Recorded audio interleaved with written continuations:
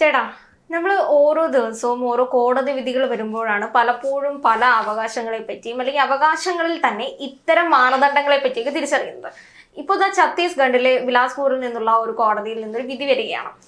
കോടതി വിധി എന്ന് പറഞ്ഞു കഴിഞ്ഞാൽ പൊതുവെയുള്ളൊരു ഡിവോഴ്സ് കേസ് പോലെ തന്നെയാണ്. ഡിവോഴ്സ് രീതിയിൽ ഭാര്യയാണ് ആദ്യം കോടതിയെ സമീപിക്കുന്നത്. ഇദ്ദേഹത്തിനെതിരെ 2019 ആ ഒരു ടൈമിലാണ് കോടതിയിലേക്ക് വരുന്നത്.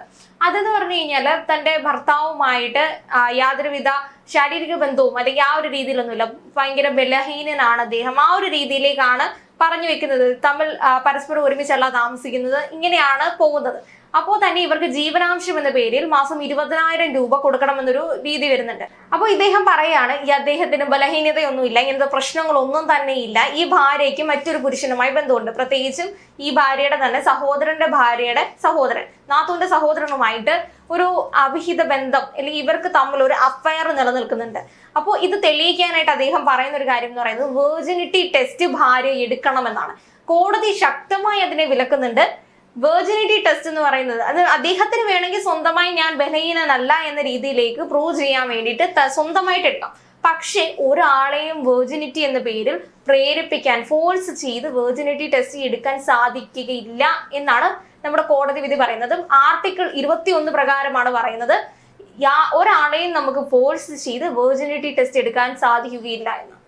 തീർച്ചയായിട്ടും വളരെ അഭിനന്ദനീയമായ ഒരു കാര്യം തന്നെയാണ് കോടതിയുടെ ഭാഗത്തുനിന്നുണ്ടായിരിക്കുന്നത്. ഒന്ന്, നമ്മുടെ പരമ്പരാഗതമായ ചില വിശ്വാസങ്ങളുണ്ട്. ഈ വെർജിനിറ്റിയെ സംബന്ധിച്ചിടത്തോളം തന്നെ വലിയ വിശ്വാസങ്ങളാണ് ഉള്ളത്. ഇത് ഒരുപക്ഷെ സ്ത്രീക്ക് മാത്രമുള്ള എന്തോ ഒരു പരിശുദ്ധമായ ഒരു കാര്യമാണ് ഈ വെർജിനിറ്റി എന്ന ലേബലിൽ അതിനെ ആക്കി വെച്ചിട്ടുണ്ട് എന്നുള്ളതാണ് ഒരു കാര്യം. സത്യസന്ധമായി ശാസ്ത്രീയമായി പറഞ്ഞാൽ വെർജിനിറ്റി എന്ന് പറഞ്ഞാൽ ഒന്നുമില്ല, ഈ പറയുന്ന സ്ത്രീയുടെ ലൈംഗിക അവയവത്തിൽ ജനനേന്ദ്രിയവുമായി ബന്ധപ്പെട്ട് നിൽക്കുന്ന ഒരു ചെറിയൊരു സ്ഥലം, ആ സ്ഥലം അവിടെ ഉണ്ടോ, സ്ഥലം പൊട്ടുന്നുണ്ടോ എന്നുള്ളത് നോക്കുന്ന ഒരു ടെസ്റ്റാണ് ഈ പറയുന്ന ഈ വെർജിനിറ്റി ടെസ്റ്റ് എന്ന് പറയുന്നത്. അത് ഇപ്പോൾ ചില ബലാത്സംഗ കേസുകളിലൊക്കെ ഉൾപ്പെടുന്ന ചില സ്ത്രീകൾക്ക് പണ്ട് നമ്മുടെ കേരള പോലീസ് ഉൾപ്പെടെയുള്ള പോലീസും കോടതിയുടെ നിർദ്ദേശപ്രകാരം 2 ഫിംഗർ ടെസ്റ്റ് നടത്തുമായിരുന്നു. ഇത്തരത്തിൽ എന്തെങ്കിലും തരത്തിലുള്ള ഇത് നടന്നിട്ടുണ്ട്, അപ്പോൾ ഒരു വിവാഹം കഴിക്കാത്ത പെൺകുട്ടിയാണ് എന്നുള്ളത് കൊണ്ട് തന്നെ ഇങ്ങനെ ഒരു ബലാത്സംഗം നടത്തിയിട്ടുണ്ടെങ്കിൽ അതിൽ 2 ഫിംഗർ ടെസ്റ്റ് നടത്തിയിട്ട് ഇതിന്റെ തെളിവ് കൊടുക്കുമായിരുന്നു. പക്ഷെ അത് പിന്നീട് സുപ്രീം കോടതി, എനിക്ക് തോന്നുന്നു ഒരു കഴിഞ്ഞ 3-4 വർഷത്തിന് ഇടയ്ക്കാണെന്ന് തോന്നുന്നു, സുപ്രീം കോടതിയുടെ ഭാഗത്ത് നിന്ന് വലിയൊരു വിധി വന്നു. ആ വിധി എന്ന് പറയുന്നത് ഈ 2 ഫിംഗർ ടെസ്റ്റ് എന്ന് പറയുന്നത് മനുഷ്യത്വ വിരുദ്ധമായ ടെസ്റ്റാണ് എന്നാണ് സുപ്രീം കോടതി പറയുന്നത്. കാരണം ഒന്ന്, ഒരു പെൺകുട്ടി കല്യാണം കഴിച്ചില്ല എന്നുള്ളത് കൊണ്ട് ആരുമായിട്ടുമെങ്കിലും അഫെയർ ഉണ്ടായിക്കൂടാ എന്നില്ലല്ലോ, റിലേഷൻ ഉണ്ടായിക്കൂടാ എന്നില്ലല്ലോ. അത് മൊത്തത്തിൽ ഇപ്പോൾ ഒരു ബലാത്സംഗം നടന്നു, ആ കുട്ടി കല്യാണം കഴിച്ചിട്ടില്ല, 2 ഫിംഗർ ടെസ്റ്റ് നടത്തി. ഈ 2 ഫിംഗർ ടെസ്റ്റ് നടത്തുന്ന സമയത്ത് എന്താണ് ഇതിൽ ഏതെങ്കിലും തരത്തിൽ ഈ കുട്ടി മുമ്പ് ഈ കുട്ടിയുടെ വെർജിനിറ്റി നഷ്ടപ്പെട്ടിരിക്കുന്നു, അല്ലെങ്കിൽ ഈ കുട്ടിയുടെ വെർജിനിറ്റി നഷ്ടപ്പെട്ടത് ഈ റേപ്പിലൂടെ മാത്രമാണ് എന്നൊക്കെ തെളിയിക്കേണ്ട അവസ്ഥയിലേക്ക് കാര്യങ്ങളുണ്ടായിരുന്നു. ഈ വെർജിനിറ്റി തന്നെ വളരെ നേരത്തെ പറഞ്ഞ പോലെ വെർജിനിറ്റി എന്ന് പറയുന്നത് സ്ത്രീകൾക്ക് വളരെയധികം സ്ത്രീകൾ മാത്രം അല്ലെങ്കിൽ അവരുടെ അത് സംരക്ഷിക്കപ്പെടണം. എന്നുവെച്ചാൽ നമ്മുടെ നോർത്ത് നിന്നൊക്കെ പണ്ട് ഒരു തവണ കേട്ടൊരു കാര്യമാണ്. അവിടെ നോർത്തിൽ തന്നെ ഒരു 13 വയസ്സ് എന്ന് വെച്ചാൽ മെൻസ്ട്രേഷൻ കഴിഞ്ഞ് അല്ലെങ്കിൽ മെൻസ്ട്രേഷൻ ആയി അതിനുശേഷമുള്ള കുട്ടികളുടെ ഈ ഒരു എന്താ പറയാ സെക്സ് ചെയ്യുന്ന ആ ഒരു സ്ഥലം അത് തുന്നി കെട്ടി വെക്കുന്ന ഒരു രീതിയുണ്ട്. തുന്നി കെട്ടി വെച്ചതിന് ശേഷം ആ തുന്നൽ അഴിക്കുക എന്ന് പറയുന്നത് ഈ പെൺകുട്ടികളെ ഒരു 17 വയസ്സോ 18 വയസ്സോ ഒക്കെ ആകുമ്പോഴത്തേക്കും കല്യാണം കഴിച്ചു കൊടുക്കും. അപ്പോൾ 18 വയസ്സ് എന്ന് പറയുന്നത് നമ്മുടെ ലീഗലി ഉള്ളതാണ്. അപ്പൊ അതുകൊണ്ടാണ് 18 എന്ന് പറയുന്നത്. പല സ്ഥലങ്ങളിലും ഈ 18 ഒന്നും കീപ്പ് ചെയ്യുന്നില്ല.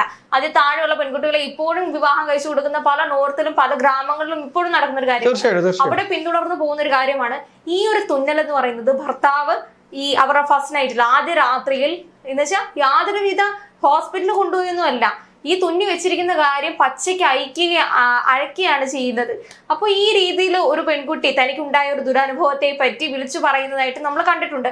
അപ്പൊ ഇത്തരത്തിലൊരു വെർജിനിറ്റി എന്ന് പറഞ്ഞു കഴിഞ്ഞാൽ അത് നഷ്ടപ്പെട്ട് കഴിഞ്ഞാൽ എന്തോ ഒരു പാവമാണ്. അല്ലെങ്കിൽ ആ ഒരു കുട്ടികളെ ഒരു 15 വയസ്സ് അല്ലെങ്കിൽ ഒരു മെൻസ്ട്രേഷൻ പീരീഡിന് ശേഷം യാതൊരുവിധ സ്പോർട്സിന് അയക്കാത്ത, അല്ലെങ്കിൽ ആ കുട്ടിക്ക് സ്പോർട്സ് പരമായി ഭയങ്കര ഇഷ്ടമാണെങ്കിൽ കൂടി ഈ ഒരു വെർജിനിറ്റി നഷ്ടപ്പെടുന്ന രീതിയിലേക്ക് അത്ര കഠിനമായ ജോലികൾ എടുപ്പിക്കാതെ ആ ഒരു രീതി ഇപ്പോഴും പിന്തുടർന്നൊരു രീതിയുണ്ട്. നോക്കൂ, എത്ര കാടത്തപരമായിട്ടാണ് അല്ലെങ്കിൽ മനുഷ്യത്വരഹിതമായിട്ടാണ് നമ്മുടെ സമൂഹം ചിലപ്പോഴൊക്കെ പെരുമാറുന്നത് എന്ന് നോക്കാറുണ്ട്. നമ്മൾ പലപ്പോഴും പറയാറുണ്ട്, സ്ത്രീ ഈ ഭാരതാംബ എന്നാണ് പറയുക, ഭാരതത്തെ സ്ത്രീ ആയിട്ടും ഭൂമിയെ ദേവിയായിട്ടും കാണുന്ന ഒരു സംസ്കാരം നമ്മൾ മാത്രമല്ല എല്ലാ മതത്തിലും ഉണ്ട്. ഞാൻ പറയുന്നത് ഉദാഹരണമായിട്ടാണ്, അങ്ങനെ ഒരു മതത്തിനെ മാത്രം പറഞ്ഞു എന്നുള്ളതല്ല. പക്ഷേ നമ്മുടെ ഒരു സംസ്കാരം അനുസരിച്ച്, ഈ ഹൈന്ദവ സംസ്കാരം അനുസരിച്ച്, ഇന്ത്യയിലെ ഭാരതീയ സംസ്കാരം അനുസരിച്ച് ദേവിയായി കാണുന്ന ഒരു സമൂഹത്തിൽ തന്നെയാണ് അവളെ വേറൊരു രീതിയിലും കാണുന്നത് എന്നൊരു ഒരു യാഥാർത്ഥ്യമുണ്ട് അവിടെ.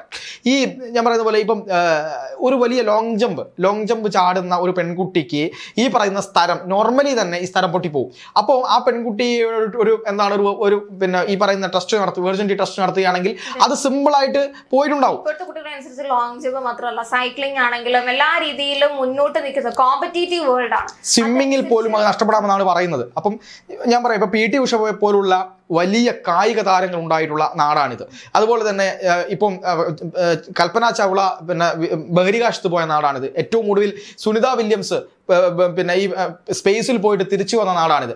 അങ്ങനെയുള്ള സ്ഥലത്താണ് ഇപ്പോഴും ഇതിനെപ്പറ്റി കൃത്യമായ അറിവില്ലാതെ പെൺകുട്ടിയുടെ വേർജിനിറ്റിയെ പറ്റി സംസാരിക്കുന്നത്. നേരത്തെ പറഞ്ഞ പോലെ നോർത്തിലെ പല സ്ഥലങ്ങളിലും ആദ്യരാത്രിയിൽ പുതയ്ക്കാനായിട്ട് ഒരു വെള്ള ബെഡ്ഷീറ്റ് വിരിക്കുന്ന ആ ഒരു രീതി ഇപ്പോഴും ഒരു ആചാരപരമായിട്ട് ഇപ്പോഴും അനുഷ്ഠിച്ചു പോകുന്നുണ്ട് പല സ്ഥലങ്ങളിലും. അതെ, അത് ഈ പറയുന്നത് പോലെ രക്തം വീണ വെള്ള തുണിയിൽ രക്തം വീഴുമ്പോഴാണ് ഇതെന്താവുന്നത്, ഈ പറയുന്നത് പോലെ വെർജിനിറ്റി ആണ്, വെർജിൻ ആണ് കുട്ടി എന്ന് പറയുന്നത്. അഥവാ അങ്ങനെ സംഭവിച്ചില്ലെങ്കിൽ അടുത്ത ദിവസം ആ ഒരു പെൺകുട്ടി ഉപേക്ഷിക്കാൻ വരെ അവർ തയ്യാറാവുന്നുള്ളതാണ് യാഥാർത്ഥ്യം. അതാണ്. അപ്പൊ അത്രമേൽ വലിയ പ്രശ്നം നിൽക്കുന്ന ഒരു നാട്ടിലാണ് നമ്മൾ നടക്കുന്നത് എന്ന് ആലോചിക്കണം. പക്ഷെ ഇവിടെ ഇയാൾ പറയുന്നത്, എനിക്ക് തോന്നുന്നു ഇവിടുത്തെ ഒരു കോൺട്രസ്റ്റ് കുറച്ചുകൂടി കുറച്ച് കുഴഞ്ഞു പറഞ്ഞൊരു കേസാണ്. കാരണം കല്യാണം കഴിച്ച ശേഷം ഇയാൾക്ക് ഈ പറയുന്ന പോലെ നാഡീ ബലക്കുറവ് ഉണ്ടാവുന്നു. അങ്ങനെ ബലക്കുറവിന്റെ പ്രശ്നം മൂലം തന്നെ തനിക്ക് ഇയാളുമായിട്ടൊരു കല്യാണത്തിന്, അതായത് വിവാഹ ജീവിതത്തിന് സമ്മതമല്ല എന്ന് ഒരു കാര്യം പറയുന്നു. പക്ഷെ ജീവനാംശം വേണം എന്നും പറയുന്നുണ്ട്. പരസ്പരം കഴിഞ്ഞ ഭർത്താവ് എന്ന രീതിയിൽ അവർക്ക്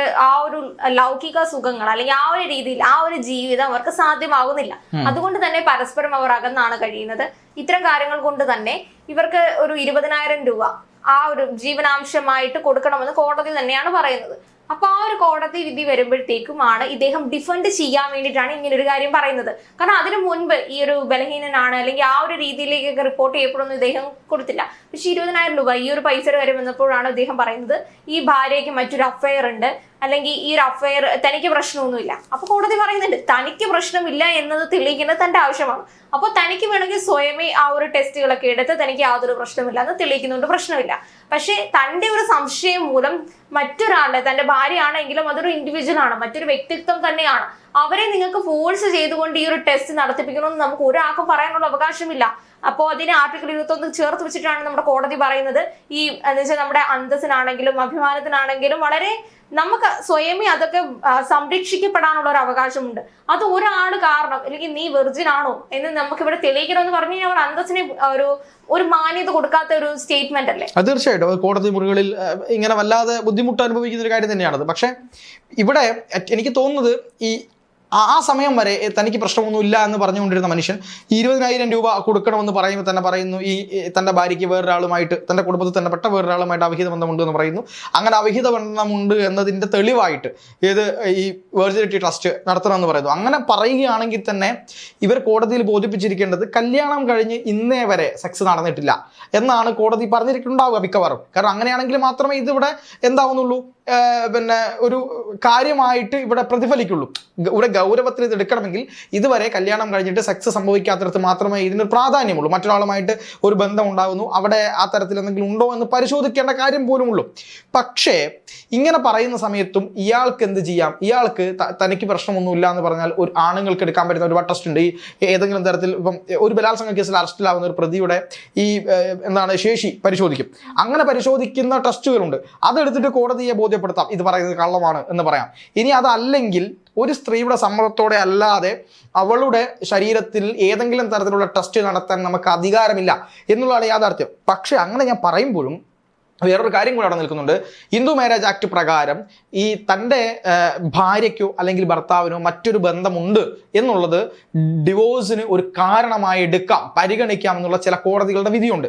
പക്ഷെ അതിനെ മറികടക്കുന്ന തരത്തിൽ സുപ്രീം കോടതിയുടെ ഒരു വിധി വന്നിട്ടുണ്ട്. അതായത് ഭാര്യയ്ക്ക് മറ്റൊരാളുമായിട്ടൊരു സൗഹൃദമുണ്ട്, ഏതെങ്കിലും തരത്തിൽ ബന്ധമുണ്ട് എന്നുള്ളത് കൊണ്ട് അതിനെ ഡിവോഴ്സിനുള്ള ഒരു കാരണമായി എടുക്കാമോ എന്നുള്ള കാര്യത്തിൽ പല സംശയങ്ങളുണ്ട് എന്ന് സുപ്രീം കോടതി പറഞ്ഞിട്ടുണ്ട്. കാരണം വ്യക്തികൾക്ക് കല്യാണം കഴിഞ്ഞ പുരുഷന് മാത്രമേ താൻ നിൽക്കുകയുള്ളൂ എന്നൊന്നും പറയാനുള്ള ഒരു അതിനേക്കാൾ അപ്പുറമാണ് അവരുടെ വ്യക്തി സ്വാതന്ത്ര്യമെന്നും സുപ്രീം കോടതി പറഞ്ഞിട്ടുണ്ട്. അപ്പൊ അത് കുടഞ്ഞു മറിഞ്ഞു കിടക്കുന്ന ഒരു സംഭവമാണ്. എനിക്ക് തോന്നുന്നു ഓരോ കേസുകളുടെ അടിസ്ഥാനത്തിലായിരിക്കും അത്തരം പ്രഖ്യാപനങ്ങൾ, അത്തരം വിധികളൊക്കെ വരുന്നത്. പക്ഷെ ആ ഒരു വിധി കൊണ്ട് എല്ലാ കേസുകളെയും അങ്ങനെ നമുക്ക്, അല്ലെങ്കിൽ ഇങ്ങനെ ഒരു വിധി വന്നു അപ്പൊ അടുത്ത കേസ് ഞാനും മറ്റൊരാളുമായിട്ട് അങ്ങനെ ചെയ്തു പോവുകയാണ് എങ്കിൽ ചിലപ്പോൾ എനിക്ക് ആ ഒരു വിധി അടിസ്ഥാനപരമായിട്ടുള്ള ഒരു നീതി എനിക്ക് കിട്ടണമെന്നില്ല.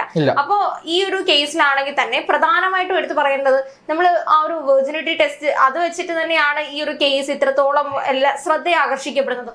കാരണം ഒരു 2025 അല്ലെങ്കിൽ 21-ാം നൂറ്റാണ്ടായെന്ന് പറയുമ്പോഴും പലപ്പോഴും ഒരു അവ്യൂഹമായി നിലനിൽക്കുന്ന ഒരു കാര്യമാണ് ഈ ഒരു വെർജിനിറ്റി എന്ന് പറയുന്നത്. അത് പലപ്പോഴും ഒരു സ്ത്രീകളെ മാത്രം ഫോക്കസ്ഡ് ആക്കിയിട്ടാണ് ഈ ഒരു വെർജിനിറ്റി മാറുന്നത് എന്നുള്ളതാണ്. അല്ല, അവിടെയുള്ള ഏറ്റവും വലിയ പ്രശ്നം എന്താണെന്നറിയോ? ഞാൻ പറഞ്ഞതുപോലെ ഒരു സ്ത്രീക്ക് ഈ പറയുന്ന അതിനൊരു കൃത്യമായ വേർഡ് ഉണ്ട്. ആ വേർഡ് എനിക്ക് കിട്ടാത്തതുകൊണ്ടാണ് ആ സ്ഥലം പൊട്ടുന്നത് ഈ പറയുന്ന ലൈംഗിക ബന്ധത്തിലൂടെ മാത്രമല്ല എന്നുള്ളതാണ് കാര്യം. അപ്പൊ അവിടെ ആ സ്ത്രീ കുറ്റക്കാരിയായി മാറുകയാണ്. ലൈംഗിക ബന്ധത്തിലൂടെ മാത്രമാണെങ്കിൽ നമുക്ക് അങ്ങനെ പറയാമായിരുന്നു. പക്ഷെ അതല്ലല്ലോ. തന്നെയാണ് കോടതി പറയുന്നത് അവളുടെ അന്തസ്സിനെ മാനിക്കാത്ത രീതിയിലുള്ള ഒരു രീതിയാണ് അത്. അല്ലെങ്കിലും അത് നടത്താൻ കഴിയില്ലെന്നാണ് ഞാൻ മനസ്സിലാക്കുക. കാരണം സുപ്രീം കോടതി വളരെ കർശനമായി അത് വിലക്കിയിട്ടുണ്ട്. അപ്പൊ അതുകൊണ്ട് തന്നെ സ്വമേധയാ എനിക്കൊരു ടെസ്റ്റ് നടത്തണം എന്നുള്ളതാണെങ്കിൽ ഓക്കെ, അത് നമുക്ക് പ്രശ്നമൊന്നുമില്ല.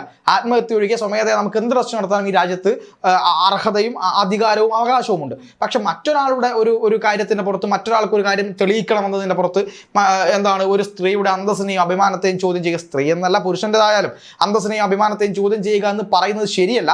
കുറച്ചുകൂടെ സ്ത്രീകളാണ് ഈ കാര്യത്തിൽ വല്ലാതെ ഇരയാക്കപ്പെടുന്നത് കൊണ്ട് തന്നെ കൃത്യമായ ചില ഭരണഘടന കൊടുക്കുന്ന ചില ഈ പരിരക്ഷകളുണ്ടല്ലോ, അത് കോടതികളുടെ ഭാഗത്തുനിന്ന് ഉണ്ടാകുന്നു എന്നുള്ളത് ഏറെ സന്തോഷകരമാണ്.